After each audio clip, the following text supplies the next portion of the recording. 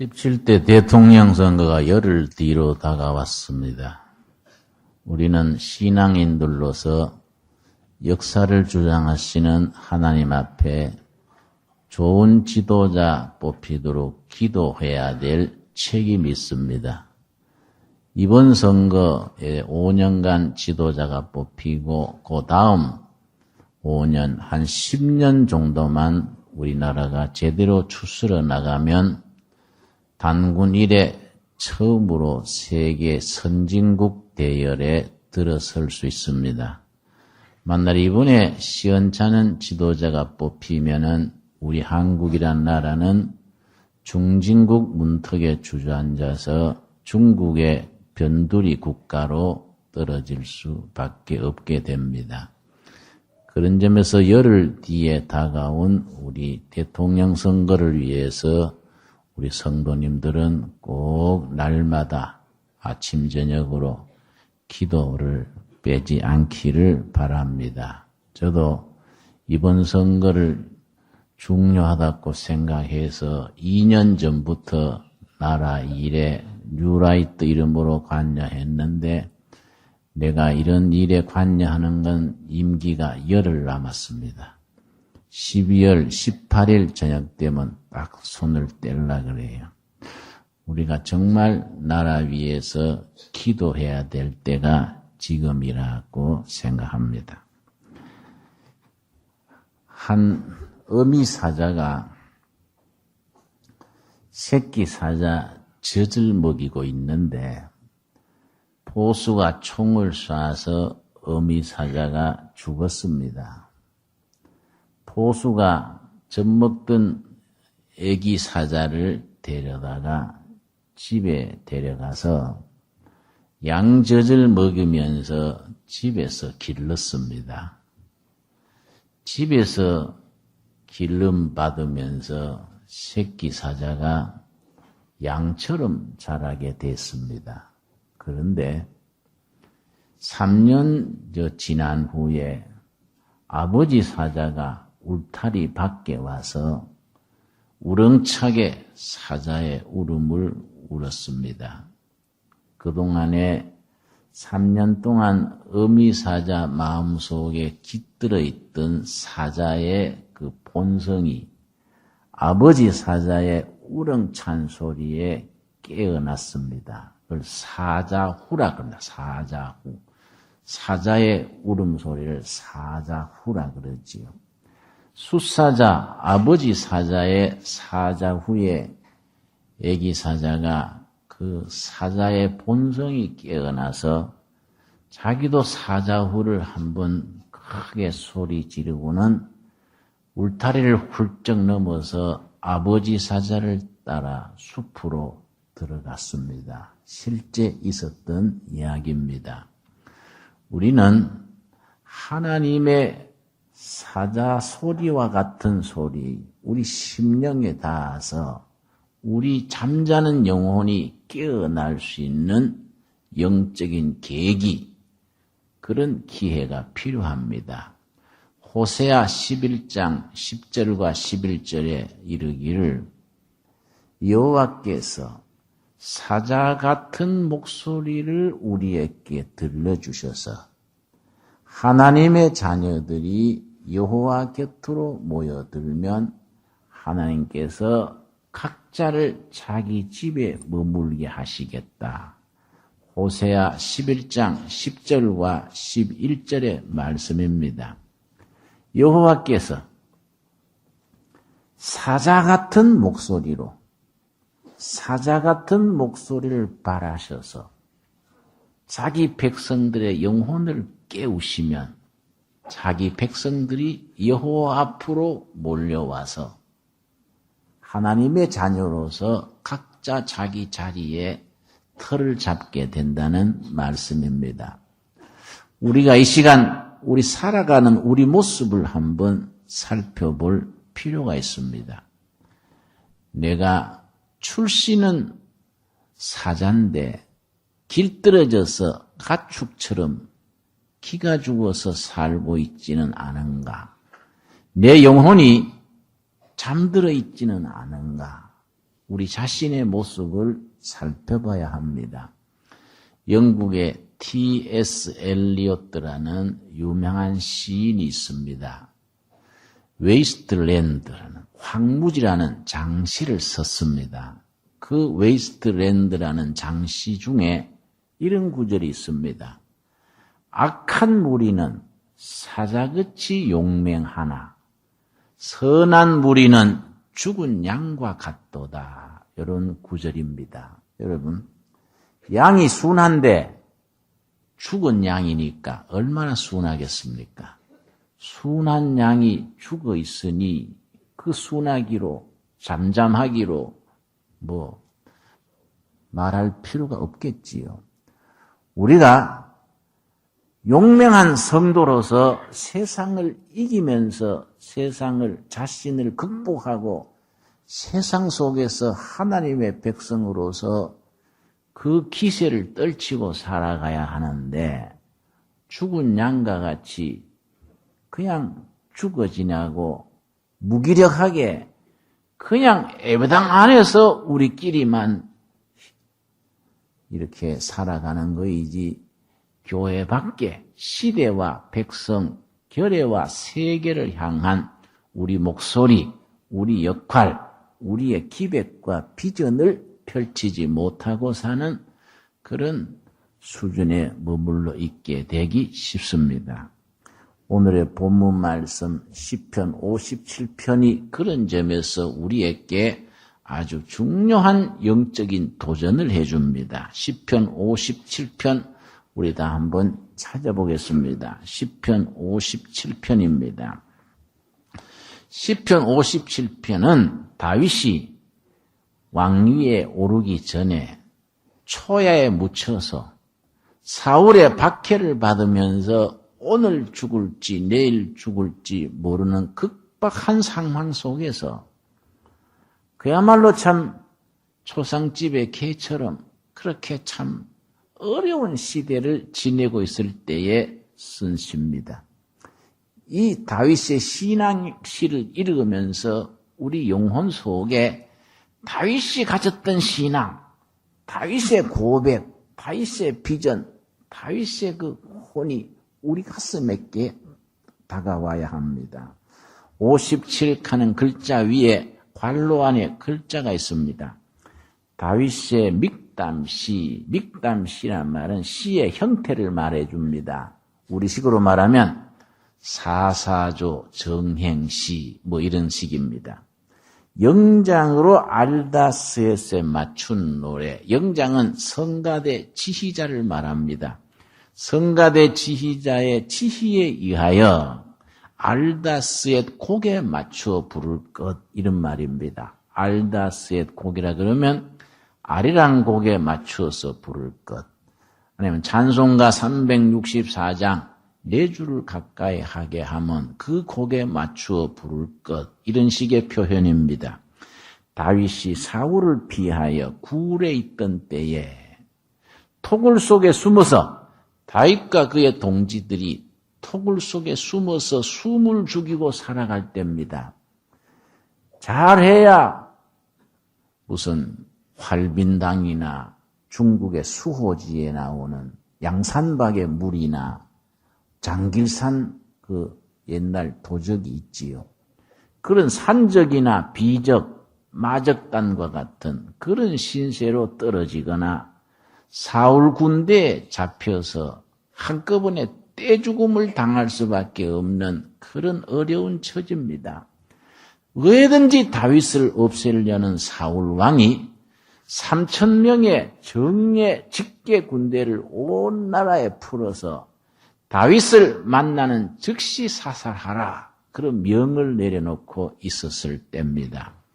이스라엘 나라가 작은 나라인데 거기에 3,000명의 특공대를 풀어놨으니 다윗의 운명이라는 것은 오늘 죽을지 내일 죽을지 기약할 수 없는 그런 처지입니다. 그런 아주 절박한 처지에서 다윗이 뭘 생각하고 뭘 기도하고 무슨 꿈을 꾸고 살았던가. 이 시편 57편의 내용입니다. 1절 보겠습니다. 하나님이여 나를 긍휼히 여기시고 나를 긍휼히 여기소서. 내 영혼이 죽게로 피하되 주의 날개 그늘 아래서 이 재앙이 지나기까지 피하리이다. 이 말씀에서 나를 긍휼히 여기소서, 이 말은 나를 불쌍히 여기소서, 나를 측은히 여겨주소서.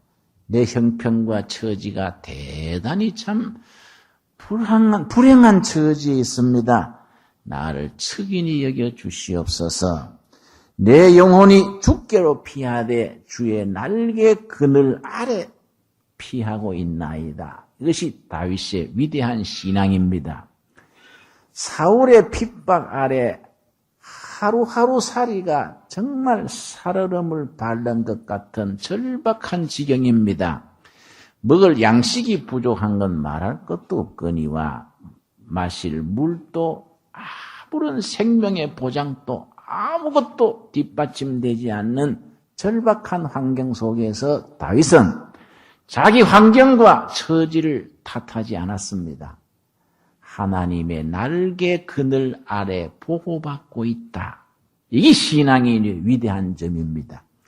아무리 불행하고 아무리 절박하고 아무리 극심한 고난 중에서도 그 자리가 하나님의 날개 그늘 아래 보호받고 있는 자리다. 환경과 조건을 초월해버리는 겁니다. 이 신앙인이 가지는 위대한 축복입니다. 여러분, 잠언 30장 24절을 다 한번 같이 찾아보겠습니다. 잠언 30장 24절 속에 다윗이 말할 수 없는 어려움 중에서도 하나님의 날개 그늘 밑에 보호받고 있다고 고백했던 그와 같은 신앙의 뿌리가 잠언 30장 24절 이 말씀 속에서 우리가 같이 읽을 수 있습니다. 24절 말씀 구약성경 943페이지입니다. 구약성경 943페이지 잠언 30장 24절 땅에 작고도 가장 지혜로운 것 넷이 있나니 작은 짐승이지만은 지혜로운 짐승 네 가지가 있다. 25절 곧 힘이 없는 종류로 된 먹을 것을 여름에 예비하는 개미와 조그마한 개비가 여름 내내 일하고 양식을 쌓아서 겨울 준비를 하는 개미, 작지만은 지혜로운 짐승입니다. 26절 약한 종류로 돼 지불 바위 사이에 짖는 사반과 사반은 다람쥐와 산토끼 중간쯤 되는 크기의 짐승입니다. 다람쥐보다는 크고 토끼보다는 적습니다. 중동 지방에 살아가는 사반이라는 짐승이 있습니다. 27절 인구는 없으되 다 떼를 지어 나아가는 메뚜기 떼와 28절 손에 잡힐만 하여도 왕궁에 있는 도마뱀이니라. 작지만은 지혜로운 네 가지 짐승을 이렇게 쓰면서 6절 말씀 우리 한번 같이 읽겠습니다. 약한 종류로 돼 집을 바위 사이에 짖는 사반과 다람쥐보다는 크고 산토끼보다는 작은 사반이란 짐승이 왜 지혜로운가? 우리가 사반을 통해서 배워야 할 교훈이 무엇인가? 사반이란 짐승은 자기가 약한 것을 자기가 압니다. 자기 집을 어디에 짓느냐 하면은 큰 바위에 깨어진 틈이 있습니다. 자기 몸만 들어갈 수 있는 그런 장소를 찾아서 자기 거처를 마련합니다. 먹이를 구하고 지나다가 자기보다 큰 짐승이 자기를 해코지하러 따라오면은 얼른 몸을 피해서 자기 바위 사이에 있는 자기 집에 쏙 들어갑니다. 그러면 큰 짐승이 따라 들어올 수가 없지요. 구멍이 워낙 틈이 적기 때문에 그냥 가버립니다. 자기가 약한 것을 알고 큰 바위에 갈라진 틈 속에 자기가 보호받는 겁니다. 여기서 큰 바위는 누구를 말합니까? 큰 바위 대신 예수님, 반석 대신 예수님을 말해줍니다. 여러분, 다윗은 극심한 고난 중에서 자기 형편과 처지에 매여 살지 아니하고 하나님의 날개 그늘 아래 보호받고 있다. 이런 신앙을 가졌습니다. 큰 바위 대신 예수님의 품에서 내 영혼이 안식처를 누리고 있다. 같은 말입니다. 시골에서 자란 분들은 이렇게 압니다. 요즘은 도시에서 자라는 청소년들은 그런 장면을 보면서 자라지 못하기 때문에 정서적으로 대단히 참 좋지 않는 것 같아요. 어미 닭이 병아리를 10마리, 20마리 거느리고 마당을 걸어갑니다. 솔개가 병아리를 낚아채려고 내려옵니다. 그러면은 어미 닭이 솔개를 보고 날개를 쫙 펴니다. 그럼 병아리들이 어머니 닭 날개 밑에 쏙 들어가요. 평소에는 솔개하고 닭하고 붙으면은 닭이 상대가 안 되는데 어미 닭은 다릅니다. 자기 새끼들을 보호하겠다는 그 절박한 마음으로 완전히 전투태세로 솔개한테 저항을 합니다.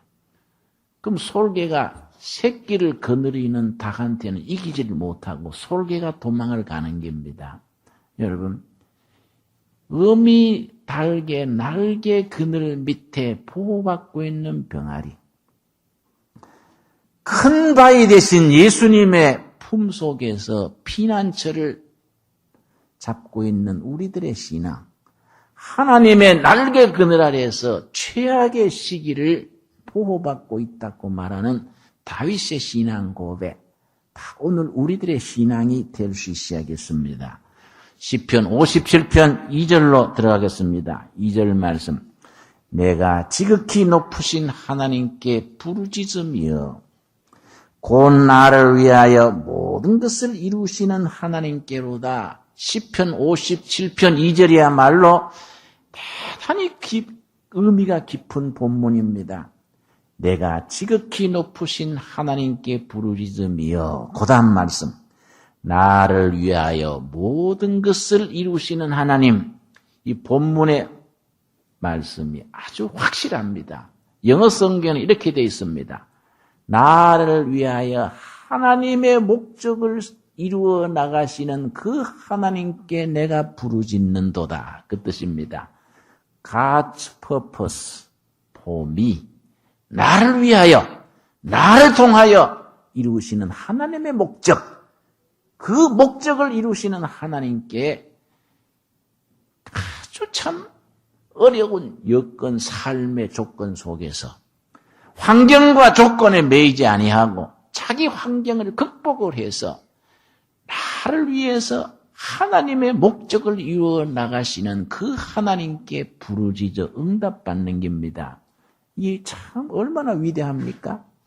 사울이 그렇게 다윗을 없애려고 애를 쓰지만은 다윗은 사람 사울을 상대하지 않습니다. 다윗은 누구를 상대합니까? 하나님의 목적을 이루시기 위해서 자기를 사용하시는 하나님을 상대하는 겁니다. 이게 참 위대한 신앙입니다. 영국의 워즈워스라는 시인이 있는데 이 시 중에 이런 시가 있습니다. 길가에 핀 이름 없는 들풀 하나를 보아때도 하나님의 계시는 것을 깨닫는다.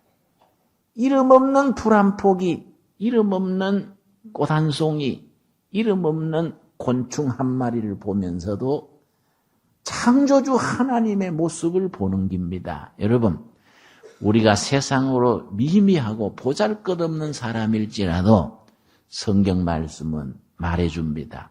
한 사람 한 사람에 대한 하나님의 계획, 하나님의 목적, 하나님의 섭리가 있다는 겁니다. 이 얼마나 소중한 얘기입니까? 중세, 근세를 지나오면서 많은 철학자들이 하나님을 어떻게 증명해 볼까? 신존재 증명이라는 그런 고민하고 글을 쓰고 그런 발자취를 남겼습니다. 신학자들, 철학자들이 논리적으로 어떻게 하면은 이성적으로 하나님이 계시는 걸 증명해 볼까?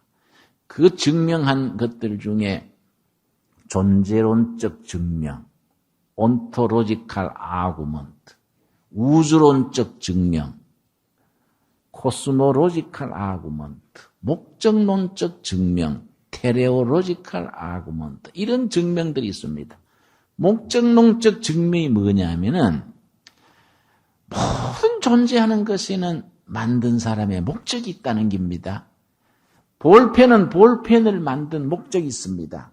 볼펜의 목적이 뭡니까? 글 쓰는 목적입니다. 신발은 신발의 목적이 있습니다. 사람들이 신고 다니는 것입니다. 모든 존재하는 것마다 만든 사람의 목적이 있다. 사람의 목적은 무엇인가? 하나님께서 우리 한 사람 한 사람을 통해서 이루시고자 하시는 목적이 있다. 모든 존재하는 것에 그 목적을 부여하신 분, 그분이 일컬어 하나님이다. 뭐 이렇게 설명을 합니다. 여러분, 내 자신이 미미하고 초라하고 때로는 정말 별 볼 것 없이 살아가는 그런 사람일지라도 우리가 깨달아야 합니다. 나를 통해서, 나를 위해서 이루시고자 하시는 하나님의 목적이 있다는 겁니다. 여러분, 우리가 한번 스스로 생각해 봐야 합니다. 나를 통해서 이루시고자 하시는 하나님의 목적이 무엇일까? 여러분 가정에서 부부가 서로 쳐다보고 물어봐야 합니다. 나와 당신을 만나게 하신 하나님의 목적이 무엇일까? 당신도 나도 이 땅에 보내실 때에 하나님이 뭘 이루시려고 보내셨을까? 우리가 자녀들 앞에서 물어봐야 합니다. 얘야, 어머니 아버지를 통해서 너를 낳게 하실 때에 하나님이 너를 통해서 이 땅에 이루시고자 하시는 목적이 있을 것이다. 그 목적이 무엇인지 기도해보자. 기도하고 고민하고 응답받아서 그 목적의 인생을 투자하자. 얼마나 중요한 일입니까?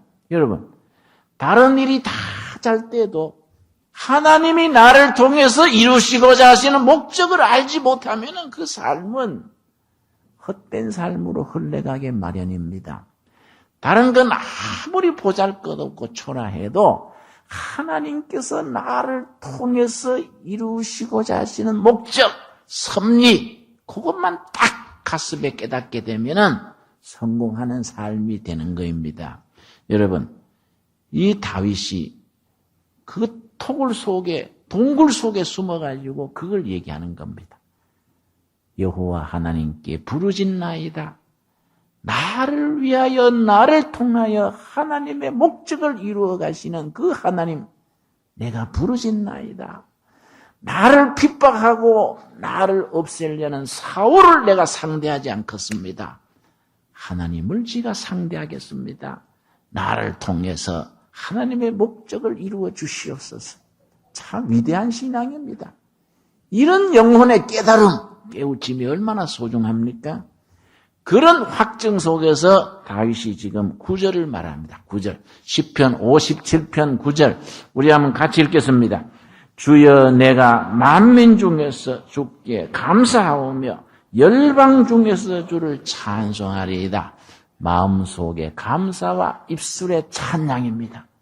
그러한 깨우침이 있기 때문에 환경을 비관하고 사울 왕을 욕을 하고 신세를 타령하고 이런 게 아닙니다.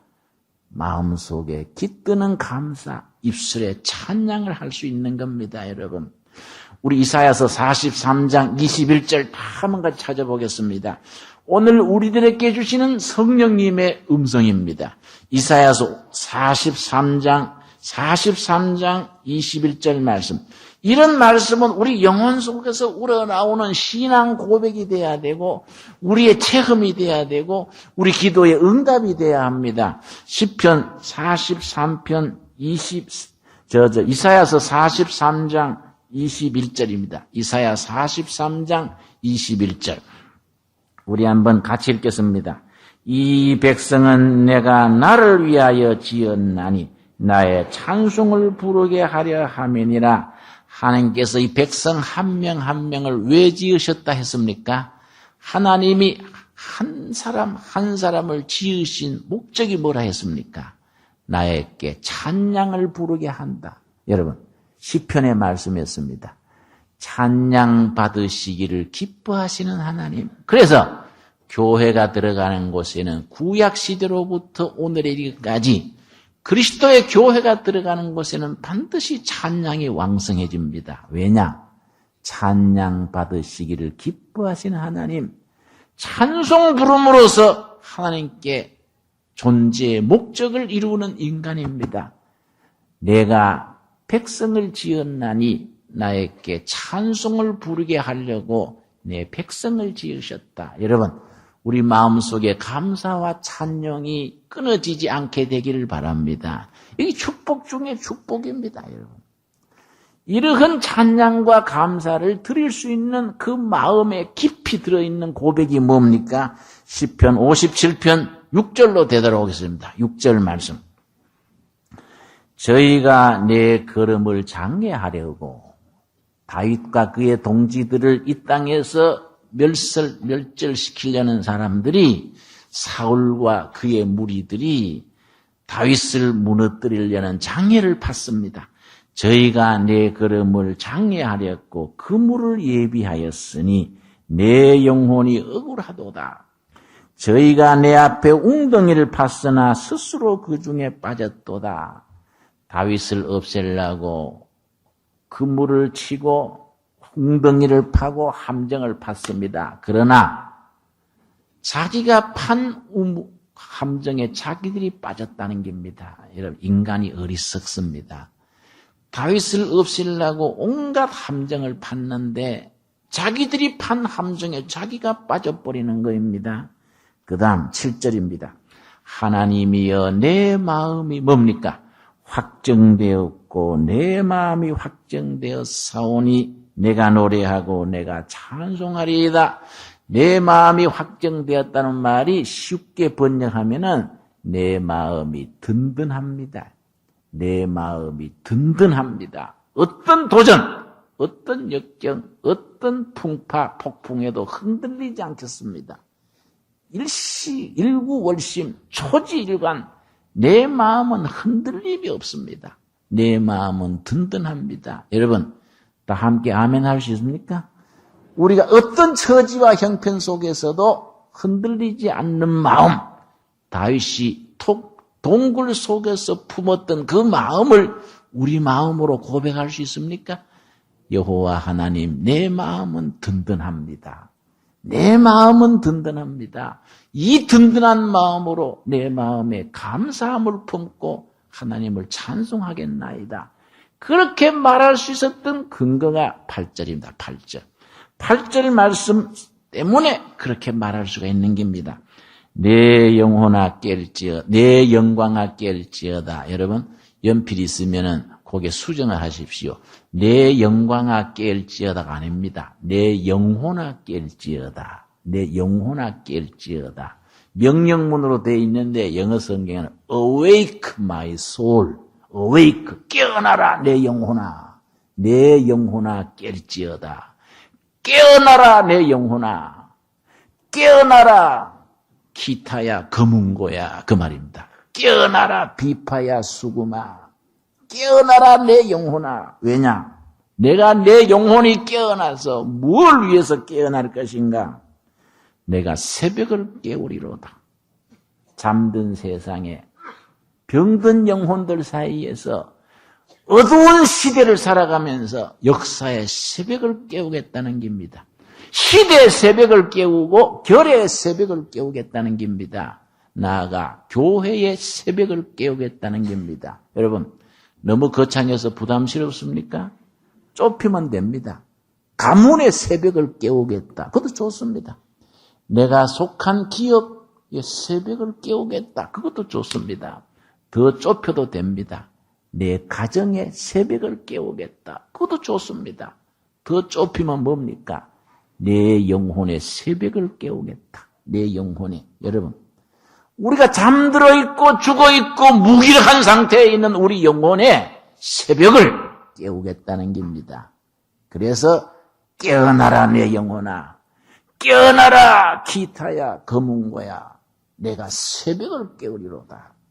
위대한 다윗의 신앙 고백입니다. 다윗이 이런 신앙을 가슴에 품었기 때문에 최악의 조건, 최악의 불운한 상태를 능히 극복하고 위대한 이스라엘 역사를 창출해낼 수 있었던 겁니다. 여러분, 우리 교우들은 기죽어 어깨를 떨어뜨리고 아이고 내 꼬라지가 와 이러냐. 꼬라지란 말 아세요? 경상도 사투리입니다. 아이고 내 꼬라지가 이 뭔 꼬라지가 아이고 이래가지고 어떡하냐. 이게 불신앙입니다. 불신앙. 이때 시편 57편 8절이 바로 우리에게 응답이 돼야 됩니다. 깨어나라 내 영혼아. 내 영혼에 내 가정에 나라와 교회에 새벽을 깨우는 일에 내가 부르심을 받았다.